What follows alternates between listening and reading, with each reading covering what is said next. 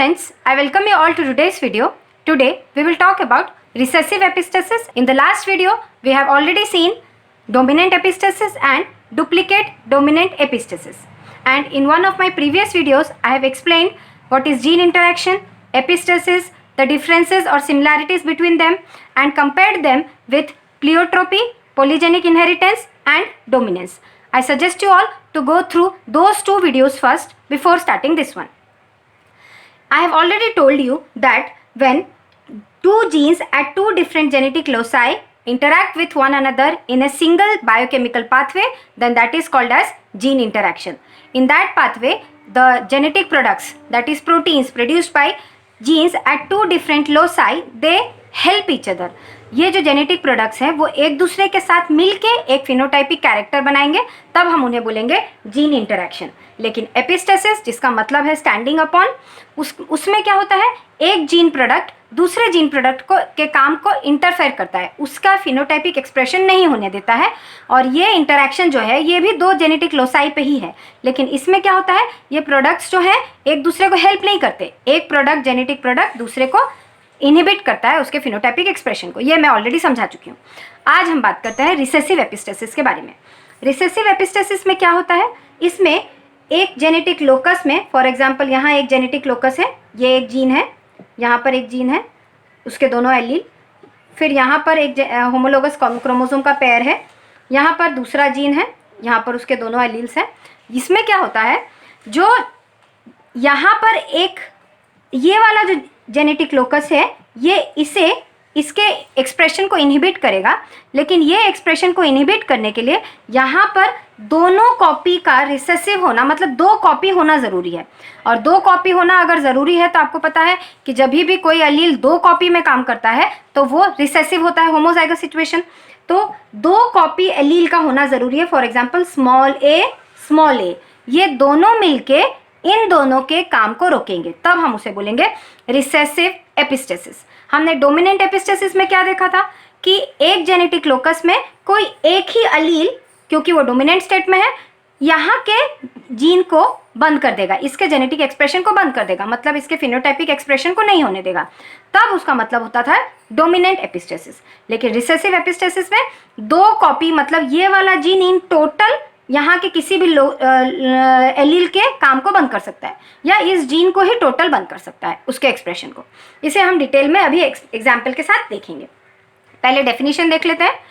This is a type of interaction where the presence of two recessive alleles inhibit the expression of an allele at a different locus. ये समझ में आ गया होगा आपको.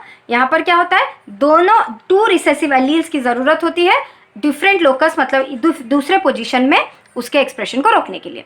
इसका example है coat colour in Labrador. Labrador retrievers एक type का डॉग का ब्रीड है जो कि बहुत सारे नेशंस में सबसे पॉपुलर है. हम इसे शॉर्ट फॉर्म में लैब भी कह सकते हैं. This is a dog breed जो कि पालते हैं, जो डोमेस्टिक ब्रीड्स होते हैं डॉग्स के, उसके स्किन कलर, मतलब उसका जो कोट कलर है उसके एक्सप्रेशन में रिसेसिव एपिस्टेसिस देखा जाता है.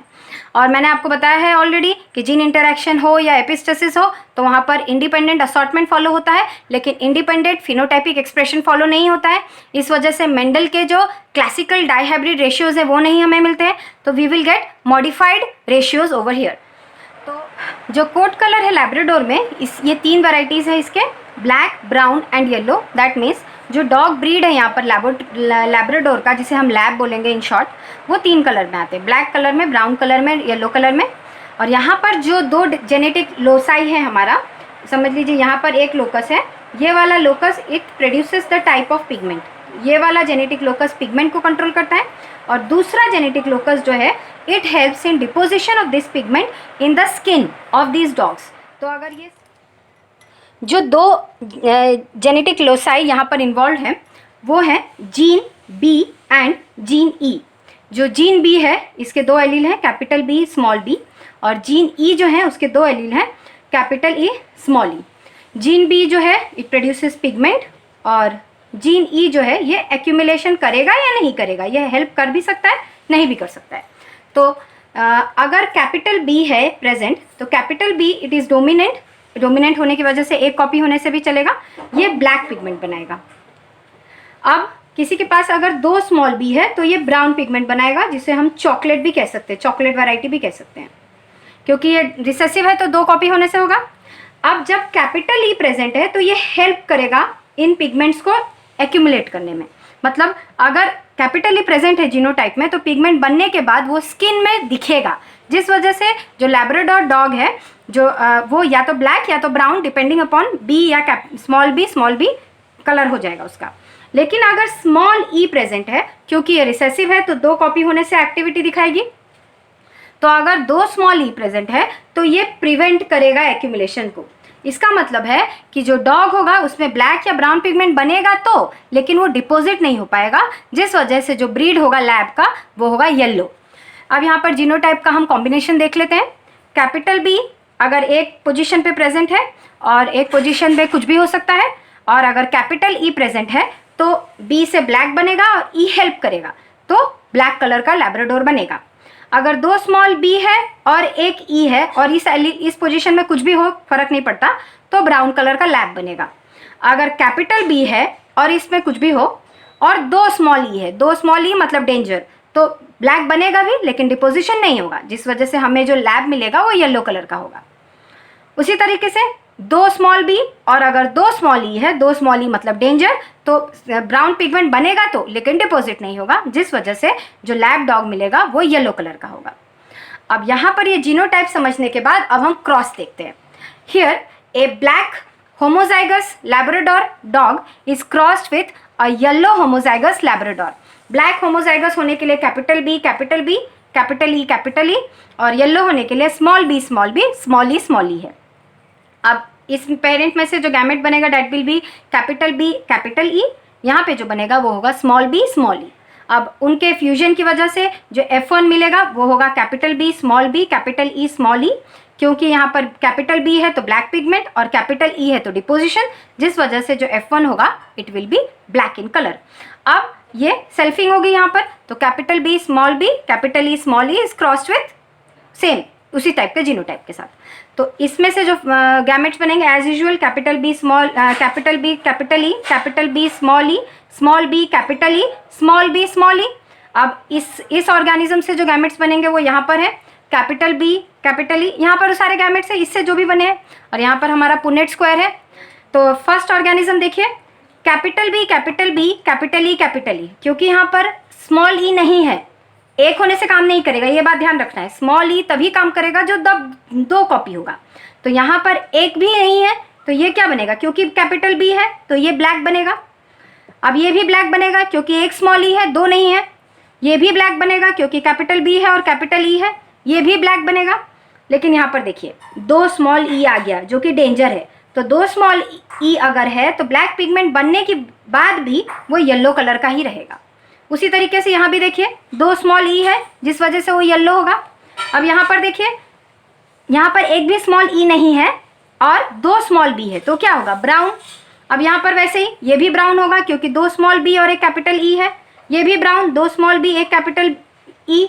लेकिन ये जो होगा वो येलो होगा, क्यों, क्योंकि 2 ई प्रेजेंट है स्मॉल, और ये भी एक येलो होगा क्योंकि 2 स्मॉल ई है। इसके अलावा मैक्सिमम यहाँ पर ब्लैक होंगे।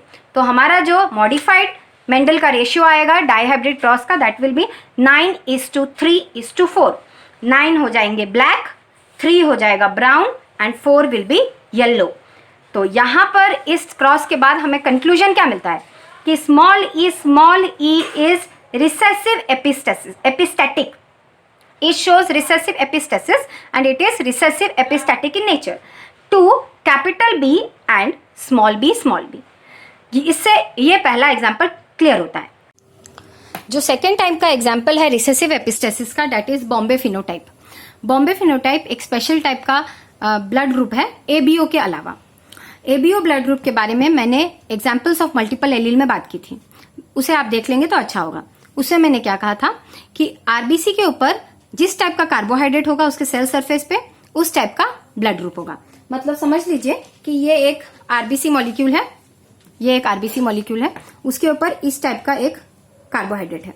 जिसके पास भी इस शेप का कार्बोहाइड्रेट होगा उसका ए ब्लड ग्रुप होगा, जिसके पास इस शेप का होगा उसका बी ब्लड ग्रुप होगा, और किसी के पास ये दोनों अगर हुए कार्बोहाइड्रेट्स तो होगा ए बी ब्लड ग्रुप, और अगर ये ए बी टाइप के कार्बोहाइड्रेट प्रेजेंट नहीं है, दूसरे टाइप के कार्बोहाइड्रेट्स हो सकते हैं, लेकिन ए बी टाइप का इन पर्टिकुलर स्ट्रक्चर का मॉलिक्यूल अगर नहीं है तो उस ऑर्गेनिज्म को बोलेंगे कि उसका ब्लड ग्रुप ओ टाइप का है।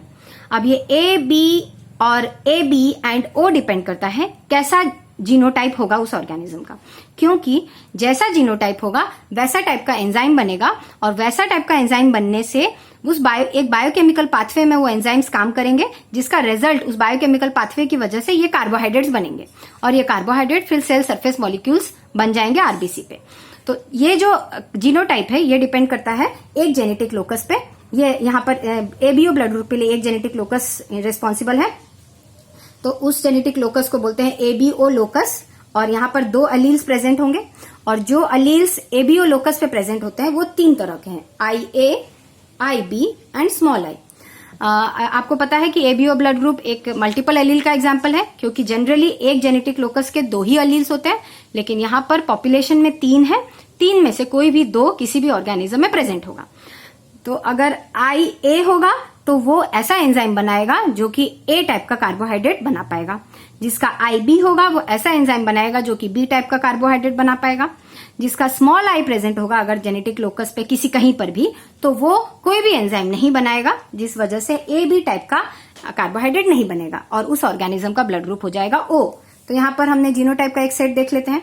अगर किसी का ए ब्लड ग्रुप है तो जीनोटाइप के प्रोबेबिलिटीज है कैपिटल IA और एक है IA स्मॉल आई में एक सेट तो बन रहा है ना एंजाइम का, तो वो उतना कार्बोहाइड्रेट बना लेगा ए टाइप का कि ए ब्लड ग्रुप हो जाए।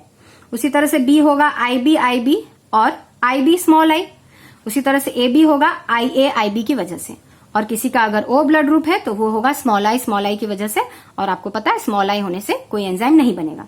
तो इस तरीके से एबीओ लोकस डिटरमाइन करता है कि कैसा आरबीसी के ऊपर कार्बोहाइड्रेट होगा और कैसा ब्लड ग्रुप होगा। अब ये जो कार्बोहाइड्रेट्स हैं, इन कार्बोहाइड्रेट्स को एंटीजन कहा जाता है, इसके बारे में मैंने पहले बात की है। अब ये जो एंटीजेंस है, ए टाइप के कार्बोहाइड्रेट वालों को बोलेंगे A antigen, B antigen B वालों को, AB वालों में AB एंटीजन दोनों होंगे, और O वालों को बोलेंगे O एंटीजन। और इनमें स्ट्रक्चरली क्या डिफरेंस है देख लीजिए। यहाँ पर देखिए 4 रिंग है, यहाँ पर भी 4 रिंग, यहाँ पर भी 4 रिंग, लेकिन ये चारों रिंग में एक यहाँ पर देखिए नीचे रेड एक रिंग एक्स्ट्रा है, ये भी रिंग एक्स्ट्रा है, ये भी एक्स्ट्रा है। तो ये तीनों में ये वाले रिंग के अलावा कुछ मॉडिफिकेशंस हैं। यहाँ देखिए एक टर्मिनल एक्स्ट्रा है, टर्मिनल शुगर, यहाँ पर ये एक टर्मिनल शुगर एक्स्ट्रा है, ये एक शुगर का मॉलिक्यूल है एक्स्ट्रा, अलग टाइप का टर्मिनल शुगर है। तो अलग टाइप के टर्मिनल शुगर होने की वजह से ए और बी में डिफरेंस आया है, और वहीं पे ओ में देखिए टर्मिनल शुगर प्रेजेंट ही नहीं है, जिस वजह से ओ ब्लड ग्रुप वालों के पास ए बी टाइप का कार्बोहाइड्रेट नहीं है। अब ये जो ए बी टाइप के कार्बोहाइड्रेट्स हैं ये आए हैं कंपाउंड H से। कंपाउंड H के ऊपर वो एंजाइम्स काम करते हैं, एबीओ लोकस के एंजाइम्स, और उस कंपाउंड H को देखिए यहाँ पर कंपाउंड H और A या B और O में सिमिलैरिटीज देखिए, 4 शुगर, यहाँ पर भी 4 शुगर, इसके अलावा एक रेड शुगर, यहाँ पर भी एक रेड मॉडिफाइड शुगर, लेकिन एक एक्स्ट्रा टर्मिनल शुगर है A में, वही टर्मिनल शुगर अलग टाइप का है B में, और O में कोई टर्मिनल शुगर प्रेजेंट ही नहीं है। तो कंपाउंड H के ऊपर एंजाइम्स काम करके इसी टर्मिनल शुगर के टाइप, जिस टाइप का एंजाइम होगा उस टाइप का टर्मिनल शुगर ऐड होगा और उस टाइप का ब्लड ग्रुप होगा। तो कंपाउंड H के ऊपर हमारे एबीओ लोकस से एंजाइम्स बनते हैं और काम करते हैं। अब ये जो कंपाउंड H है ये आया है एक कंपाउंड से जिसे हम बोलते हैं इंटरमीडिएट कंपाउंड। अब ये जो इंटरमीडिएट कंपाउंड है ये जब कंपाउंड H में कन्वर्ट होगा उसके लिए जो एंजाइम्स चाहिए वो एंजाइम्स दूसरे जेनेटिक लोकस से बनते हैं। एक लोकस की बात होगी। अब दूसरा जो जेनेटिक लोकस है वो भी सेम वैसे ही किसी कार्बोहाइड्रेट किसी क्रोमोसोम पे प्रेजेंट है। तो ये एक अलील है, ये दूसरा अलील है। ये वाला जो एंजाइम जीन होगा उसका नाम है जीन H, और जीन H के 2 अलील है, कैपिटल H स्मॉल h। तो अगर किसी ऑर्गेनिज्म के पास 2 स्मॉल h प्रेजेंट है तो इस केस में क्या होगा, ये जो इंटरमीडिएट मॉलिक्यूल है ये कंपाउंड H में कन्वर्ट नहीं हो पाएगा। इसका मतलब ये इंटरमीडिएट मॉलिक्यूल के ऊपर एंजाइम बन ही नहीं पाएगा क्योंकि 2 रिसेसिव एलील्स आ गए हैं, जिस वजह से इंटरमीडिएट मॉलिक्यूल उसी तरह से रह जाएगा एज सच। लेकिन ये वाला जो है ये देखिए O एंटीजन से थोड़ा सा डिफर करता है क्योंकि O एंटीजन में कंपाउंड H जैसा था वैसा का वैसा ही O एंटीजन है। कंपाउंड H में 4 ब्लू एंड 1 रेड, और O एंटीजन में भी 4 ब्लू 1 रेड। लेकिन जो बॉम्बे फिनोटाइप के ऑर्गेनिजम्स होंगे उसमें इंटरमीडिएट के जैसा ही स्ट्रक्चर है, 4 ब्लू। तो ये 4 ब्लू तभी होंगे जब जेनेटिक लोकस पे कैपिटल H एक भी नहीं है, मतलब 2 स्मॉल h है। 2 स्मॉल h होने की वजह से एंजाइम ही नहीं बना, जिस वजह से इंटरमीडिएट मॉलिक्यूल वैसे के वैसे ही रह गया। तो वो AB ब्लड ग्रुप के केमिकल पाथवे में एंटर ही नहीं किया उसका ब्लड सिस्टम, और उसके ब्लड ग्रुप जो हुआ उसको हम बोलेंगे बॉम्बे फिनोटाइप। अब किसी ऑर्गेनिज्म के पास अगर एक भी कैपिटल H प्रेजेंट है तो वो एंजाइम बन जाएगा, जिस वजह से ये जो इंटरमीडिएट मॉलिक्यूल है उसमें ये रेड वाला जो स्पेशल अलग टाइप का कार्बोहाइड्रेट है वो ऐड करा देगा ये वाला एंजाइम, जिस वजह से इंटरमीडिएट कन्वर्ट हो पाएगा कंपाउंड H में। और फिर कंपाउंड H पे जिसका समझ लीजिए IA वाला एक भी एलील अगर है, ये वाले एलील लोकस पे कुछ भी होने से चलेगा, यहाँ पर स्मॉल i होने से भी होगा कि IA होने से भी होगा। तो कुछ भी अगर है इस पे सिर्फ एक IA होने से एंजाइम बन जाएगा। तो अगर कंपाउंड H बन गया है तो अगर किसी के पास जीनोटाइप में एक भी IA है तो वो कंपाउंड H को कन्वर्ट कर पाएगा A एंटीजन में, वो एंजाइम बना पाएगा। उसी तरीके से किसी ऑर्गेनिज्म का अगर IB एक भी प्रेजेंट है तो कंपाउंड H को वो आसानी से B एंटीजन में कन्वर्ट कर पाएगा इस टाइप का शुगर ऐड करने से। अब किसी के पास स्मॉल i जीनोटाइप है तो उसको उस ऑर्गेनिज्म में ये जो कंपाउंड H है वो एज सच वैसे के वैसे ही रह जाएगा, और फिर उस ऑर्गेनिज्म को हम O ब्लड ग्रुप वाला कहेंगे। तो अगर एंजाइम बन पाया कैपिटल H होने की वजह से तो ही ABO ब्लड ग्रुप के पाथवे में एंटर करेंगे। अगर कंपाउंड कैपिटल H नहीं है, मतलब 2 स्मॉल h है, तो फिर ये कहानी इससे पहले ही खत्म हो जाएगी। तो यहां पर क्या देखा जा रहा है, 2 स्मॉल h जो है वो ABO जेनेटिक लोकस के ऊपर एपिस्टैटिक है, वो ABO जेनेटिक लोकस को वहीं पर ही खत्म कर दे रहा है, और इसको खत्म करने के लिए 2 कॉपी की जरूरत हो रही है। इसलिए ये भी एक एग्जाम्पल है रिसेसिव एपिस्टेसिस का। और यहां पर small h is epistatic to ABO locus and ABO locus is hypostatic to small h। अब हम जीनोटाइप के पैटर्न्स को देख लेते हैं, जिस वजह से ये क्लियर होगा कि कैसा जीनोटाइप होने से कैसा ऑर्गेनिज्म होगा। देखिए यहाँ पर अगर किसी के पास एक H है, या ये वाला पोजीशन दिखाएगा H वाला जेनेटिक लोकस, ये वाला दिखाएगा ABO लोकस। किसी के पास एक अगर कैपिटल H है, ये वाले पे कुछ भी होने से चलेगा, और IA है या एक कैपिटल H है, ये वाला कुछ भी होगा, IA स्मॉल i है तो H बन पाएगा क्योंकि कैपिटल H है। कैपिटल H अगर है तो वो एंजाइम बना पाएगा जिसमें वो कन्वर्ट कर पाएगा इंटरमीडिएट को कंपाउंड H में। तो उस ऑर्गेनिज्म के पास H प्रेजेंट है और ABO फिनोटाइप में से A ब्लड ग्रुप बनेगा क्योंकि IA प्रेजेंट है। उसी तरीके से H डैश IB या H डैश IBI मतलब क्या है, H है कैपिटल H है, कैपिटल H होने से इंटरमीडिएट कंपाउंड H में कन्वर्ट होगा, मतलब ABO सिस्टम के गांव में एंटर करेंगे हम। तो फिर H प्रेजेंट है, ABO फिनोटाइप B क्योंकि IB है।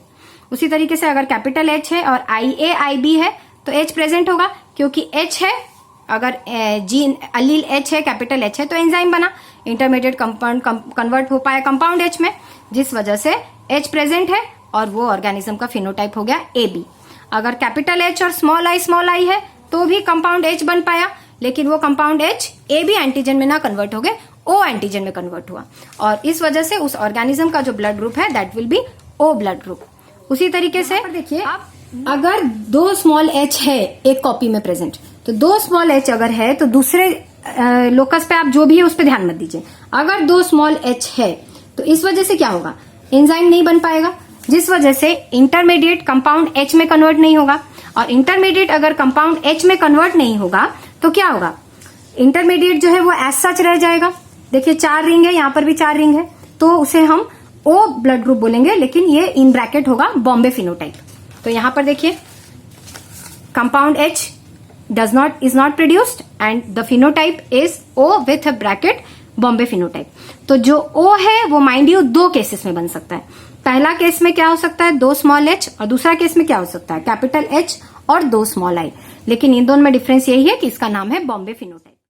Bombay blood group या Bombay phenotype has got its name because it was first discovered in some people found in Bombay.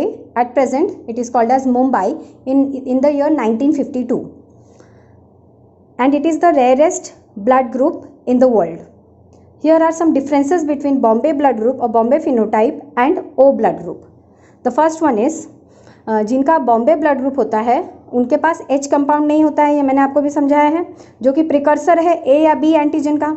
और ऐसा क्यों होता है? क्योंकि उनके H लोकस में 2 स्मॉल h होता है। जिनका O ब्लड ग्रुप होता है उनके पास H कंपाउंड होता है, लेकिन वही H कंपाउंड A या B में नहीं कन्वर्ट हो पाता है क्योंकि उनके पास ABO लोकस में 2 स्मॉल i हैं। इस वजह से वहाँ पे प्रॉब्लम आती है। बॉम्बे ब्लड ग्रुप होता है H लोकस की वजह से, प्रॉब्लम की वजह से, और O ब्लड ग्रुप होता है ABO लोकस की प्रॉब्लम की वजह से। जो सेकेंड पॉइंट है उसमें जीनोटाइप दिया गया है इंडिविजुअल्स का। जो बॉम्बे ब्लड ग्रुप है उनका जीनोटाइप IA स्मॉल i या IA IBI कुछ भी हो, ABO लोकस में कुछ भी हो, उससे फ़र्क नहीं पड़ता, क्योंकि H लोकस में 2 रिसेसिव अगर हो गए तो वो पर्टिकुलर एंजाइम ही नहीं बन पाएगा जो कि इंटरमीडिएट को H कंपाउंड में कन्वर्ट करेगा। और वहीं पे O ब्लड ग्रुप में H जो लोकस है वो सही है, लेकिन ABO लोकस में 2 स्मॉल i हैं, जिस वजह से एंजाइम नहीं बन पा रहा है। और बॉम्बे फिनोटाइप जैसा कि आप जानते हैं, it is an example of recessive epistasis and O blood group is an example of multiple allele. Bombay phenotype is the rarest of the rare blood group and O blood group is most common type. And Bombay phenotype में 2 recessive H alleles होते हैं, small h, और O blood group में एक ना एक dominant H allele होता है, लेकिन ABO लोकस में 2 रिसेसिव I होते हैं।